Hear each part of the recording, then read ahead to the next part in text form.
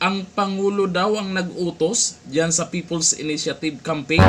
Ayon po yan sa isang witness diyan po sa Senate hearing para sa People's Initiative Campaign na tinatanong po ni Senador Amy Marcos tong isang witness, di umano ay lumabas po yung pangalan ni BBM na yun daw ang sabi sa kanila na utos daw ng Pangulo tapos pirma, may ayuda. Ito, panoorin natin. Konti lang po kasi nung sinubmit po yun dahil may deadline daw po, binalik po kasi yung forms kasi kulang daw po yung mga pirma.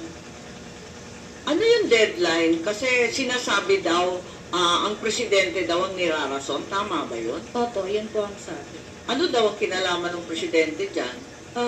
Ang sabi po is utos daw po yun ng presidente.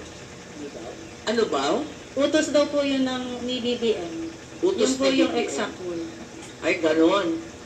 At sumusunod lang sila. Opo. Eh kung utos ng Pangulo, ba't hindi ninyo sinunod?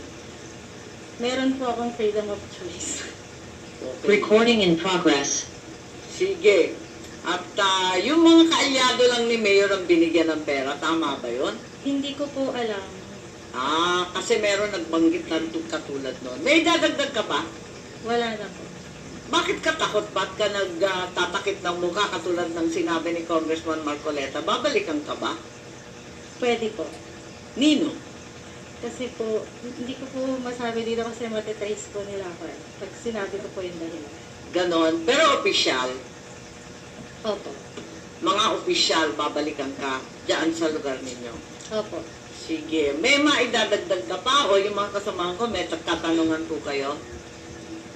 Yes, Senator Bato, please. Madam Chair, this is not a question to our resource person.